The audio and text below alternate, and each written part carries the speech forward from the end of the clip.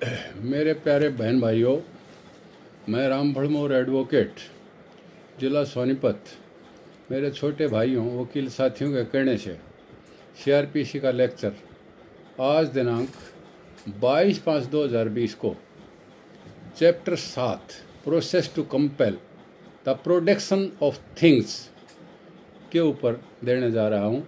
मुझे आशा ही नहीं विश्वास है कि आप इसे पसंद करेंगे और आप इसको मेरा हौसला बढ़ाने के लिए भी लाइक और सब्सक्राइब करेंगे। अब आते हैं विषय के ऊपर। चैप्टर 7 क्या कहता है। इससे पहले कि मैं इस सेक्शन के ऊपर कुछ बोलूं, आपसे मेरी एक प्रार्थना रहेगी कि यदि आप सीआरपीसी का बेयर एक्ट लेकर के पढ़ें तो अच्छा होगा। और इस सेक्शन के ऊपर चर्चा करने से पहले मैं भी इस सेक्शन को पढ़ना चाहूँगा। वो क्या कहता है सेक्शन कि समन्स टू प्रोड्यूस डॉक्यूमेंट और other things whenever any court और any officer in charge of the police station. यहाँ पर नोटेबल बात ये है कि एनी कोर्ट से बताया है और any officer in charge of the police station, यानी ये अधिकार दोनों लोगों को है कि सेक्शन 91 के तहत किसी दस्तावेज को मंगवाने का कोर्ट को भी है as well as police officer को भी है। Considers that production of such any document और अदर थिंग इज नेसेसरी और desirable for purposes of any investigation. जब इन दोनों को यानी न्यायालय को और उस पुलिस अधिकारी को ये विश्वास हो जाता है कि फलां दस्तावेज या कोई चीज़ इन्वेस्टिगेशन में, इंक्वायरी में या ट्रायल में या किसी अन्य प्रोसीडिंग के अंदर सहायक हो सकती है, तो पुलिस अधिकारी as well as court can summon that thing और द डॉक्यूमेंट। लेकिन मैं इसको आगे पढ़ना चाहूँगा। Such court may issue a summons और such officer a written order to the person in whose possession or power such document or thing is believed to be, requiring him to attend and produce it or to produce it at the time and place stated in the summons of the order। यहाँ पर विचारणीय विषय यह है कि जब कोई मुकदमा न्यायालय में लंबित है फौजदारी का, तो वह फौजदारी का मुकदमा प्रोसिक्यूशन की तरफ से है। और इस सारे सेक्शन को पढ़ने पर कहीं पर यह नहीं आया कि accused can also move the application under this section, जबकि कई अथॉरिटीज ऐसी हैं जिसमें दोनों को इस सेक्शन के तहत अधिकार है। लेकिन मैं रेलेवेंट टाइम के ऊपर दूसरा सेक्शन भी आपको बताऊंगा जिसके तहत 243(2) सीआरपीसी, एक बार उसका को देखेंगे कि 243(2) सीआरपीसी क्या कहता है। वह एविडेंस फॉर डिफेंस है, यानी 243(2) में भी आप दरखास्त दे करके डिफेंस वाला उन दस्तावेज को मंगवा सकता है जैसे प्रोसिक्यूशन सेक्शन 91 के तहत मंगवा सकता है। 91 और 92 जो है, दोनों के दोनों सेक्शन जो है इस बिंदु पर हैं। लेकिन इसी में मैंने ये भी कहा कि एक्यूज्ड बार नहीं है, लेकिन सेक्शन में एक्यूज्ड शब्द कहीं नहीं लिखा है। तो फिर इसको देखेंगे कि ये कब कब लागू होता है, किन किन परिस्थितियों में लागू होता है। जैसे अब एक्यूज्ड की और मैं प्रोसिक्यूशन की दोनों की तुलना यहाँ पर समझाने के लिए कर रहा हूँ। जैसे सेक्शन 376 का केस है। लड़की कहती है कि ये रोज़ मुझे फ़ोन करके तंग करता था। लड़का कहता है ये गलत कहती है, ये मेरे से कंसेंट से बात करती थी, हम तो घंटों घंटों बात करते थे। अब लड़की कहती है तंग करता था, लड़का कहता है कि मतलब ये तो कंसेंट से बात करती थी और घंटों घंटों हमारी बात होती थी। तो इसलिए उन सीडीज़ को जो महकमा की बनी, यानी जियो वाले की बनी, एयरटेल वाले की बनी या किसी की भी बनी, उस महकमे को कि इस रिकॉर्ड को, इस थिंग को, इस सीडी को तलब किया जा सकता है। on the application of both the parties, on the application of either of the parties, दोनों पार्टियों में से कोई सा भी दरख्वास्त देता है तो उस रिकॉर्ड को तलब किया जा सकता है, ये देखने के लिए कि कौन सा झूठ बोल रहा है, सत्य के ऊपर पहुंचने के लिए। अब इतना ही नहीं, और भी कई बातें हैं, जैसे लड़का के खिलाफ दरख्वास्त दे दी कि इसने मेरे साथ झूठ बोल करके रेप किया। लड़का कहता है नहीं, मैंने कोई झूठ नहीं बोली, ना मैंने इसको किडनैप किया, ना मैंने इसको भगाया, बल्कि ये अपनी सहमति से मेरे साथ गई थी और हम पंचकुला में या शिमला में फला होटल में रुके थे। यदि इसको भगाया था तो ये होटल में 4 दिन तक मेरे साथ क्यों रुकी? She could report, she could say, और यहाँ से वहाँ जाने में 200 किलोमीटर का सफ़र तय किया, रेल में गए, बस में गए, या वहाँ किसी आदमी को नहीं कहा, फिर वहाँ 4 दिन होटल में रुके, तो होटल वाले भी तो इस चीज़ का वो कर सकते थे। तो इस सारे को जानने के लिए होटल के उस रिकॉर्ड को मंगाया जा सकता है, वहाँ के कैमरा की फुटेज मंगाई जा सकती है, वहाँ रुकने का मतलब वो होटल की एंट्री मंगाई जा सकती है। तो इस तरीके से it can be on the application of any person. यहाँ पर एक मैं विशेष बात और बताता हूँ कि मान लिया वो लड़की कहती है कि मैं तो होटल में गई ही नहीं,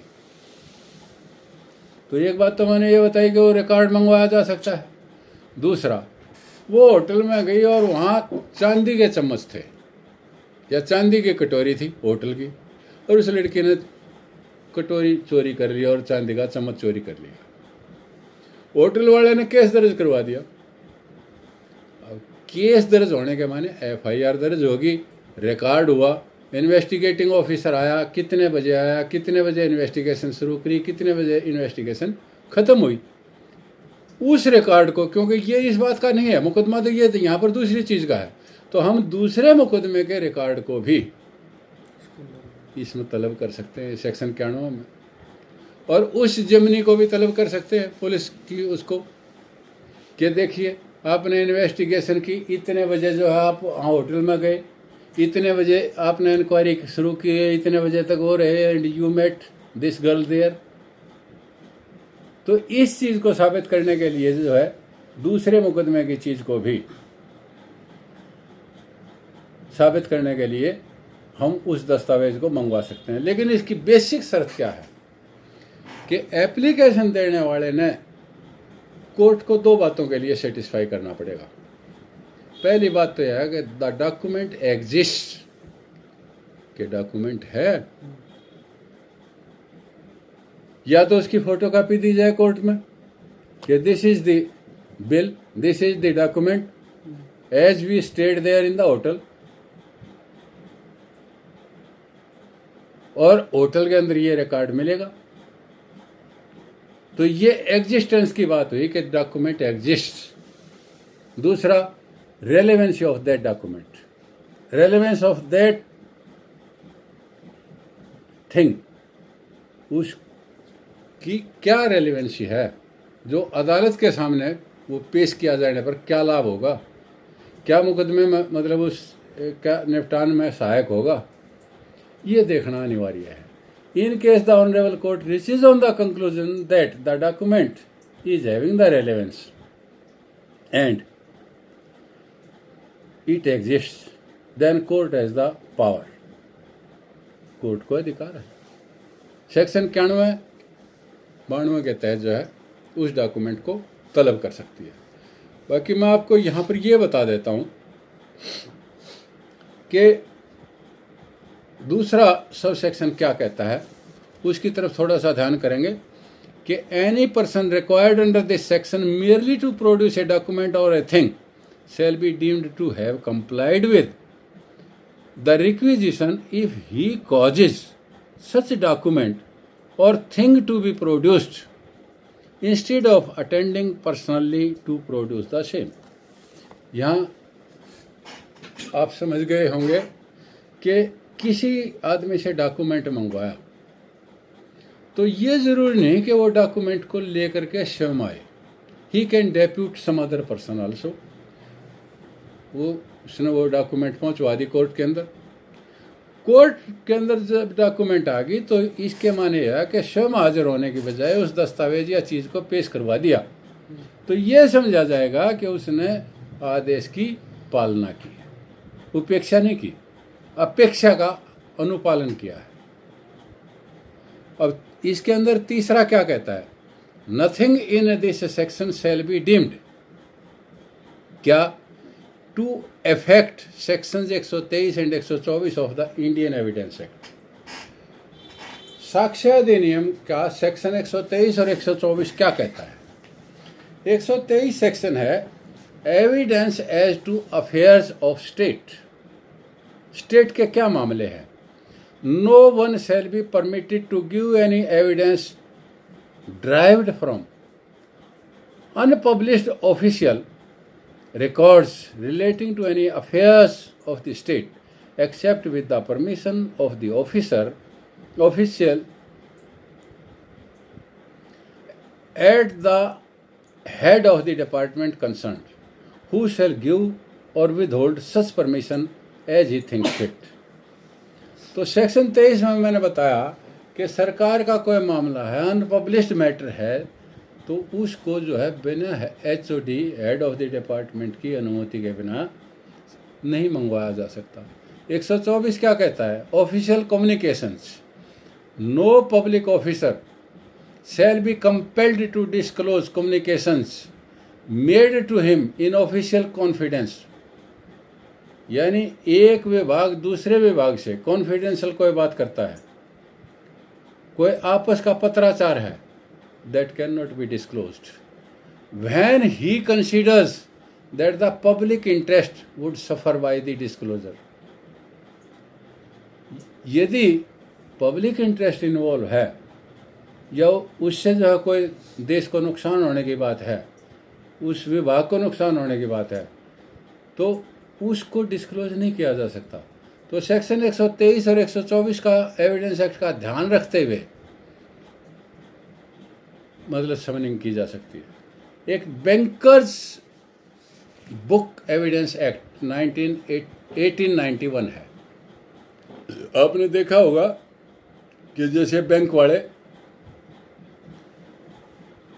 उससे कंप्यूटर से वो निकाल जाते हैं, even though that is not certified, वो आकर के कह देते हैं कि ये जो है अकाउंट्स शीट की कॉपी है, दैट इज़ एडमिसिबल।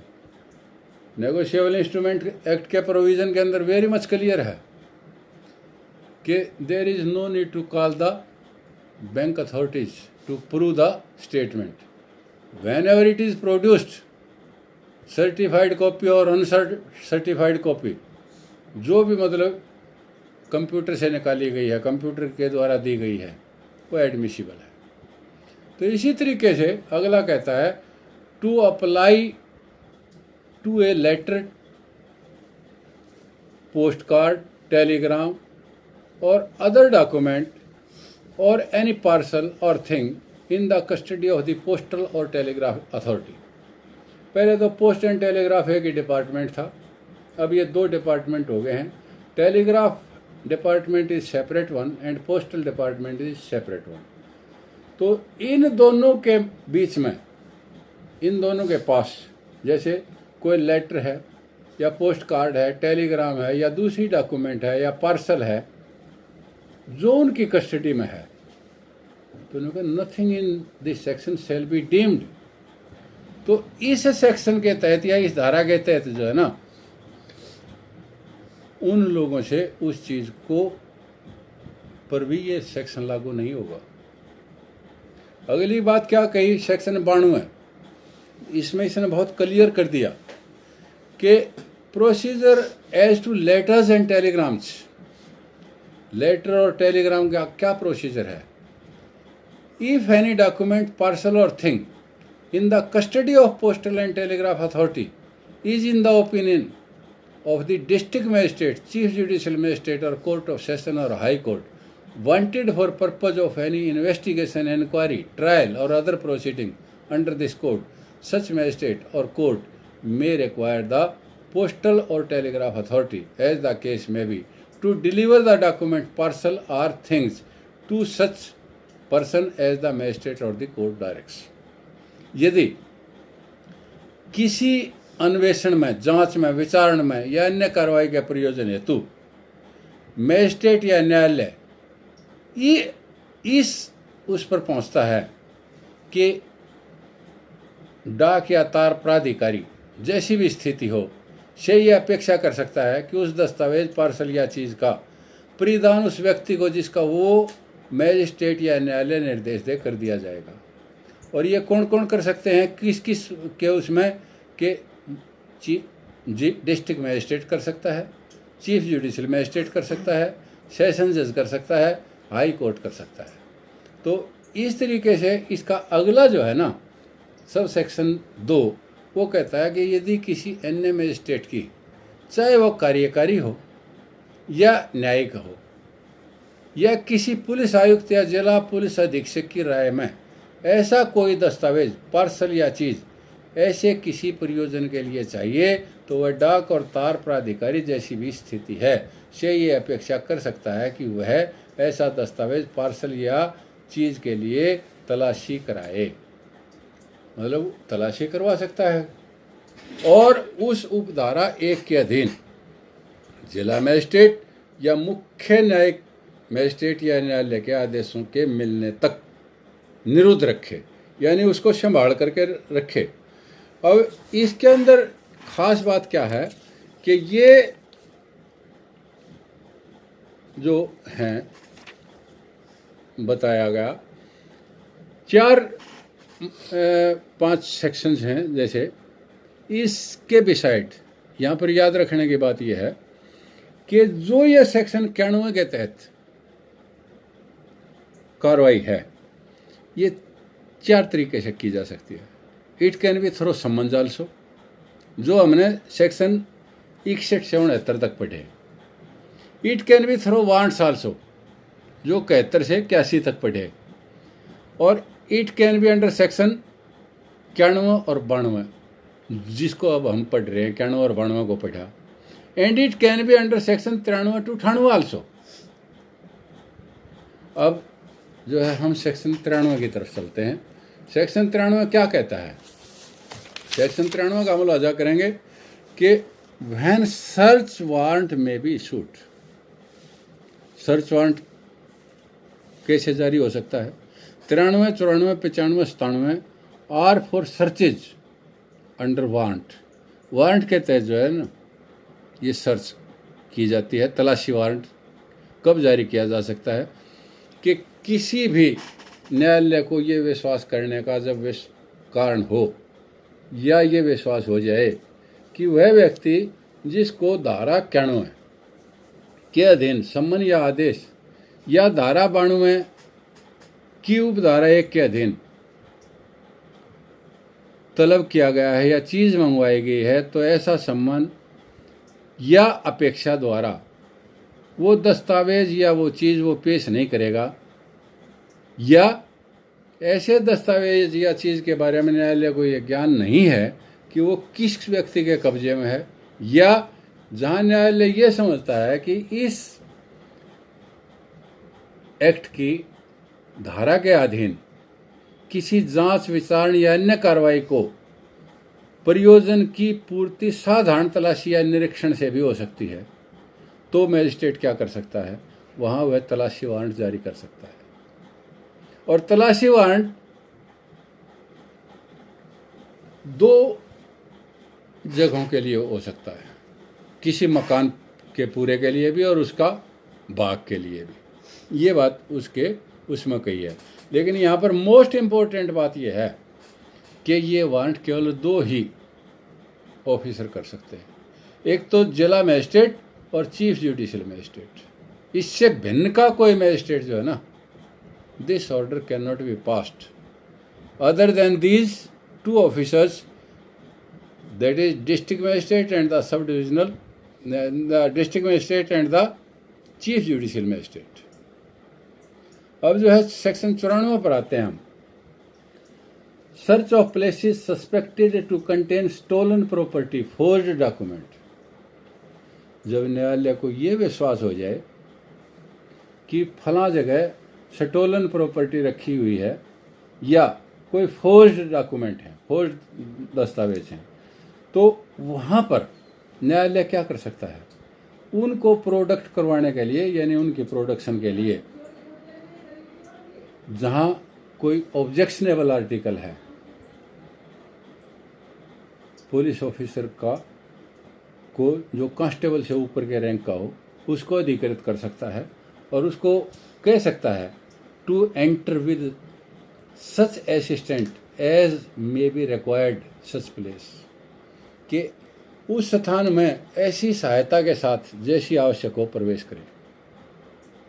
और पुलिस चाहिए तो और ले ले, मैजिस्ट्रेट एग्जीक्यूटिव मैजिस्ट्रेट चाहिए तो एग्जीक्यूटिव मैजिस्ट्रेट ले ले, और कोई, यानी जैसी भी यथास्थिति ज़रूरत हो उसके साथ, उस सहायता के साथ। और वारंट में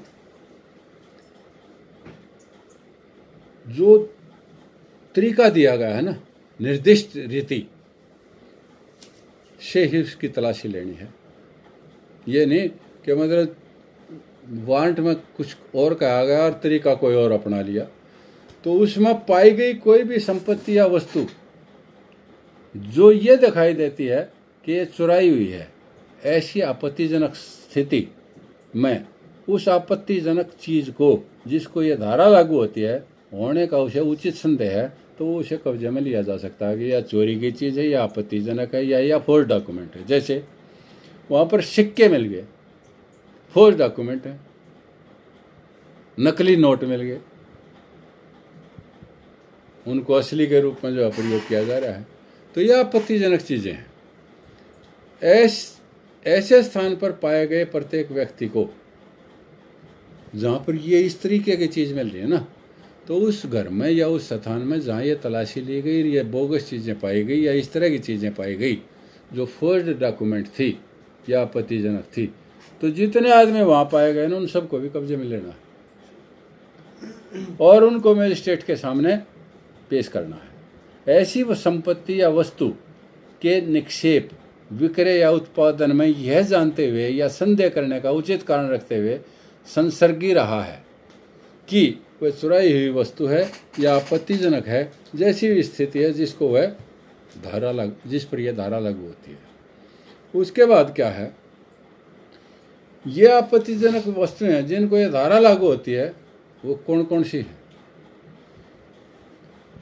एक अंदर का काउंटरफीट कॉइन, नकली सिक्का, जिसका मैंने पहले भी जिक्र किया। धातु टोकन अधिनियम है 1889 में बना था, उसके उल्लंघन में कोई चीज़ जो है तैयार की हुई है, धातु से बनाई हुई चीज़ है। और इसी तरीके से सीमा शुल्क अधिनियम 1962 है, उसकी बाबत कोई दस्तावेज तैयार कर रखा है, या नकली मोहर हैं वो वहाँ पर है, नकली करेंसी है, नकली स्टाम्प है, ये चीज़ें जो है ये सारी की सारी की आपत्तिजनक वस्तु में आती है। फोर्ज डॉक्यूमेंट, नकली मोहर मैंने बता दिया। भारतीय दंड संहिता की धारा 292 में निर्दिष्ट अश्लील वस्तुएं, 292 क्या है कि कोई अश्लील सीडी बना के किसी लड़की को भेज दिया, अश्लील फोटो, जिससे जो है मतलब किसी व्यक्ति विशेष को बुरा लगता है, तो वो दस्तावेज, अश्लील वस्तुएं अगर वो भी वहाँ पाई जाती हैं, तो ये अश्लील वस्तु की, या मतलब उस वस्तु की डेफिनेशन में इस सेक्शन के तहत आती है।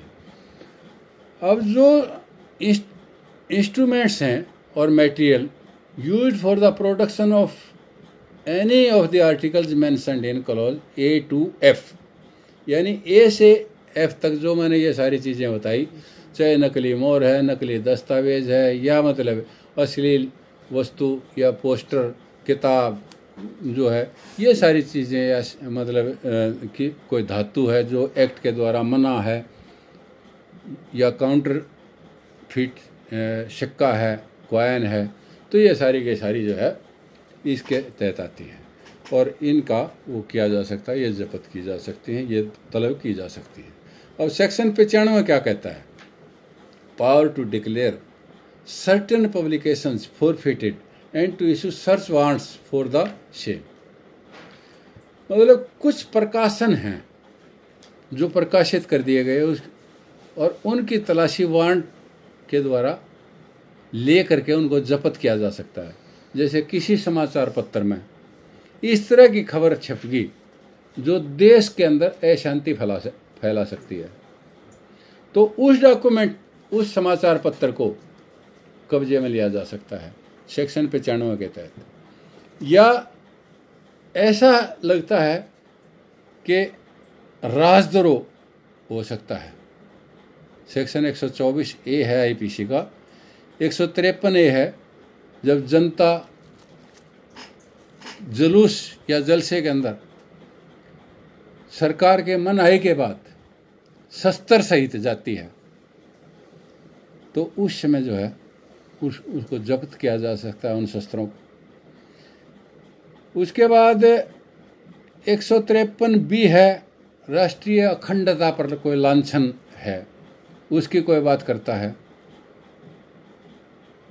तो इन सारे उसमें जो है नोटिफिकेशन किया जा सकता है और इस ग्राउंड के ऊपर वो सारी चीज़ें जो है कब्जे में ली जा सकती हैं और कोई भी पुलिस अधिकारी उसे जब्त कर सकता है। और मजिस्ट्रेट उप निरीक्षक से निम्न पदवी के किसी अधिकारी को ऐसे परिसर में अलाउ नहीं करेगा। और तलाशी लेने के लिए वारंट द्वारा प्राधिकृत किया जा सकता है किसको? उप निरीक्षक या उससे ऊपर के आदमी को। तो इस धारा में जो 96वां सेक्शन हम पढ़ेंगे अगला, उसमें भी समाचार पत्र और पुस्तक के वही अर्थ होंगे जो प्रेस और पुस्तक रजिस्ट्रेशन अधिनियम 1867 में दिए गए हैं। दस्तावेज में रंगीन रंग चित्र, रेखा चित्र, फोटो चित्र या दृश्य रूपण भी शामिल है, यानी कोई देखने में अभद्र गंदी चीज़ दिखाई देती है तो उसको ये सारी चीज़ कहते हैं। और सेक्शन 96 क्या कहता है कि जब्ती की घोषणा को अपास्त करने के लिए उच्च न्यायालय में आवेदन।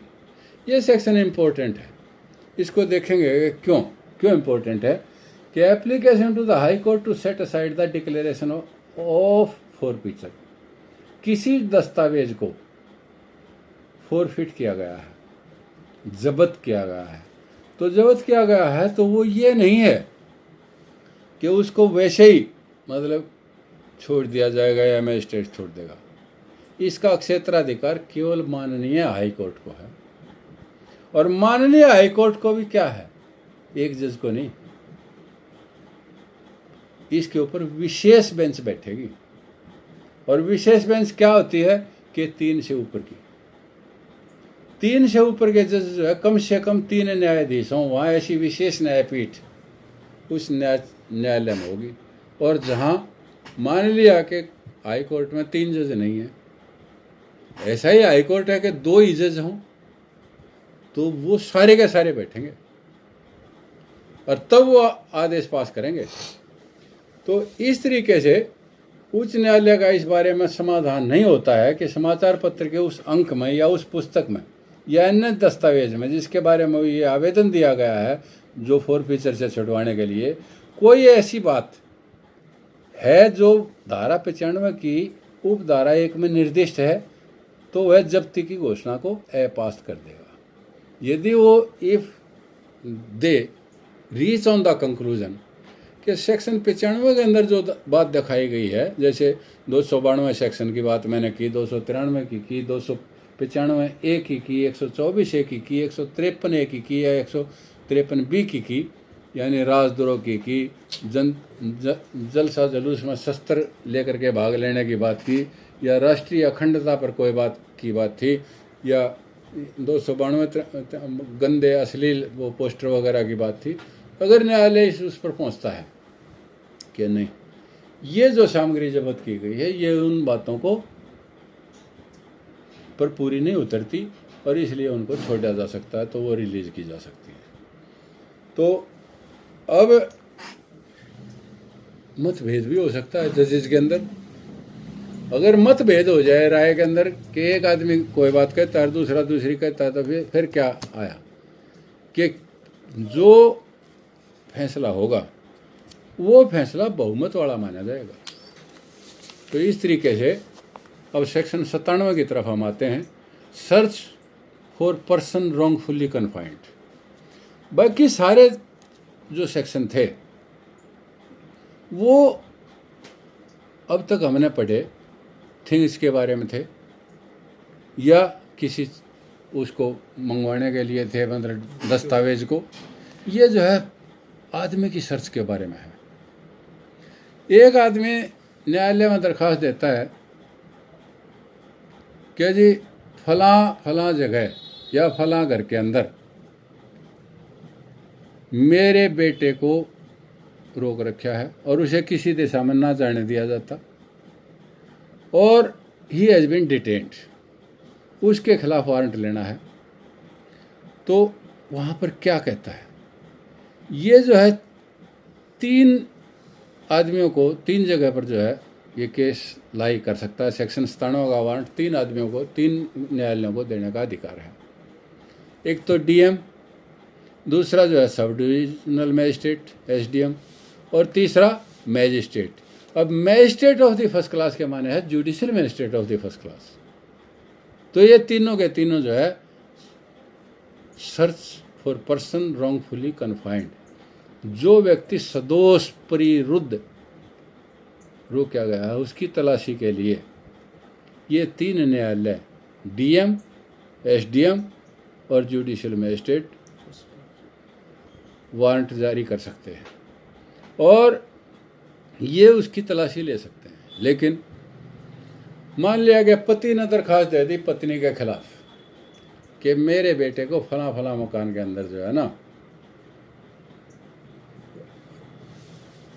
रोक रखा है और वो किसी दिशा में उसको चलने नहीं देता, और वहाँ पर जो है ना उसकी पत्नी है, बच्चा 5 साल से छोटा है, तो husband has no right to get this warrant. हाँ, बच्चा 5 साल से छोटा है, पत्नी हैज़ द राइट, पत्नी को यह हक है वो पति के खिलाफ ऐसा करे, क्योंकि 5 साल तक की custody is always suppose to be with the mother. तो ये था सेक्शन 97। अब सेक्शन 97 में एक बात थोड़ी सी मैं और आपको बताना चाहूँगा कि जो हमने 97 से पहले के सेक्शन पढ़े, यानी 92 से लेकर के 96 तक, उनके अंदर एक खास बात जो आई कि वह मैजिस्ट्रेट और पुलिस को ये अधिकार है। लेकिन मैं एसएचओ के पास एक एक्स्ट्रा सेक्शन है, वो भी यहाँ पर आपको बताना चाहूँगा। वो सेक्शन है 165 सीआरपीसी। उस 165 सीआरपीसी के तहत जो है ना एसएचओ हैज़ द पावर, वो किसी भी घर में जाकर के कोई भी तलाशी ले सकता है। तो इसलिए रेलेवेंट टाइम जब आएगा हम सेक्शन 165 का पूर्ण रूप से चर्चा करेंगे, उस पर डिस्कस करेंगे। लेकिन यहाँ पर यह बताना ज़रूरी था कि 2 सेक्शन मैंने इस सेक्शन के साथ जोड़ कर बताए।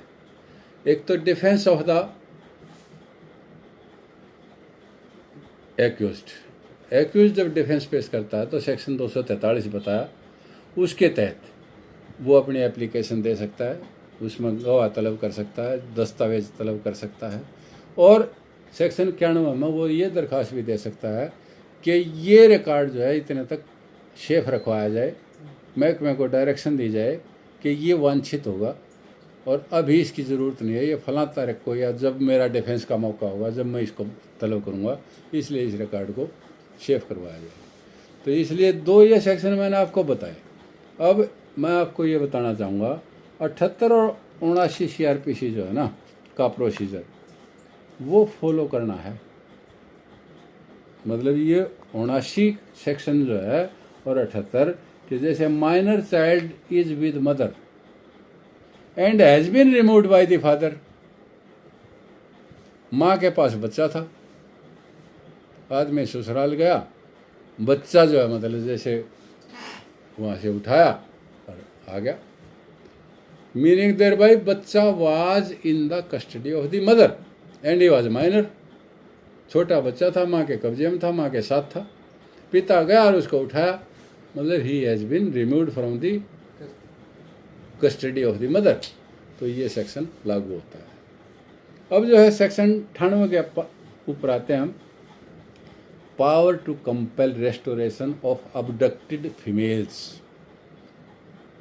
औरत को जो है ना अबडक्ट कर लिया, अपहृत कर लिया, तो उसको वापस लाने के लिए किस तरीके से कोर्ट कार्रवाई कर सकती है कि किसी औरत या 18 साल से कम की आयु की कोई भी बालिका को विधि विरुद्ध प्रयोजन के लिए अपहृत किए जाने या विधि विरुद्ध निरुद्ध रखे जाने की शपथ पर शिकायत किए जाने की दशा में डिस्ट्रिक्ट मजिस्ट्रेट, उपखंड मजिस्ट्रेट यानी एसडीएम और जुडिशियल मजिस्ट्रेट फर्स्ट क्लास ये आदेश कर सकता है कि उस स्त्री को तुरंत स्वतंत्र किया जाए या वह बालिका उसके माँ बाप, संरक्षक या अन्य व्यक्ति को जो उस बालिका का विधि पूर्वक गार्जियन है, भार साधक है, तुरंत वापस दिए जाएं। ऐसे आदेश का अनुपालन ऐसे बल के प्रयोग द्वारा जैसा आवश्यक हो करा सकते हैं। यानी 18 साल से कम की आयु की लड़की या कोई भी औरत who has been abducted upon complaint made on oath, the abduction of unlawful detention of a woman or a female child under the age of 18 years for the unlawful purpose, the district magistrate, sub-divisional magistrate or magistrate of the first class may pass an order for immediate restoration of such woman to her liberty or of such female child to her husband, parent, guardian or any other person having the lawful charge of such child, and may compel the compliance of such order using such force as may be necessary। तो इन हालात में आज हमने section 98 तक पढ़ा। कल हम general provisions relating to searches पढ़ेंगे जो बहुत इम्पोर्टेंट है, क्योंकि सेक्शन 100 जो है प्राय प्रयोग किया जाता है और 100 एक जगह नहीं अनेक जगह प्रयोग होता है, तो इसलिए कल की बात भी हमारी इम्पोर्टेंट रहेगी। और आज भी जो बातें मैंने बताई हैं वो वास्तव में वो बातें हैं जो नित्य प्रति काम आती हैं और उनका जानना हमारे लिए अति आवश्यक था। अतः मेरी आपसे प्रार्थना है कि जिस किसी को भी ये लेक्चर अच्छा लगे वो इसे लाइक करे, सब्सक्राइब करे। इन्हीं शब्दों के साथ मैं अपनी वाणी को विराम देता हूँ और कल करेंगे general provisions relating to searches.